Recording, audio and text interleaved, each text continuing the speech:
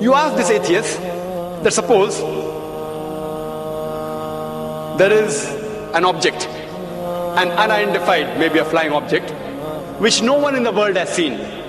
No human being in the world knows about this object. If it's brought in front of you, and if you're asked that who will be the first person who will be able to tell you the mechanism of this unidentified object, you have to ask him the question.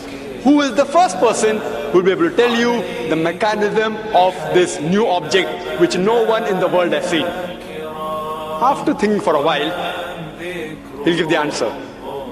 The person who will be able to tell you the mechanism, the first person, is the creator of that object. Some may say manufacturer, some may say producer. Whatever they say, don't grapple with the word, accept it.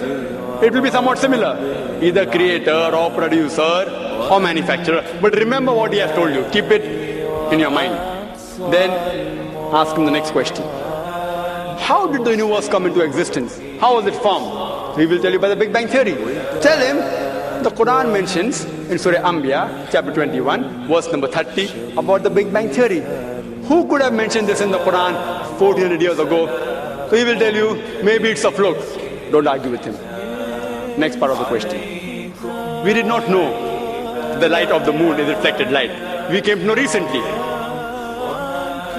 You ask him, he'll tell you, yes. The light of the moon is reflected light. It's not its own light.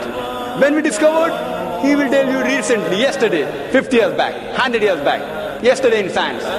You tell him, the Quran mentions that the light of the moon is reflected light 1400 years ago. Who could have mentioned that? Maybe somebody had a wild guess. Don't argue with him. Continue. We thought the sun was stationary. You ask him, is it stationary? He'll say, no, it's rotating and revolving. When you learn this, he will tell you yesterday, 50 years back, 100 years back. Quran mentioned this 1400 years ago. He will hesitate, but may say, maybe some intelligent person wrote it. Don't argue with him. Continue. How was the universe initially? What is celestial matter? He will tell you, it was smoke. How did you come to know? We have got proof, we have got evidence. You tell him, Quran mentioned this 14 years ago. Who could have mentioned that? He will hesitate. Don't wait for response. Continue. Keep on posing question after question. All that I give in the lecture, keep on posing one question after the other.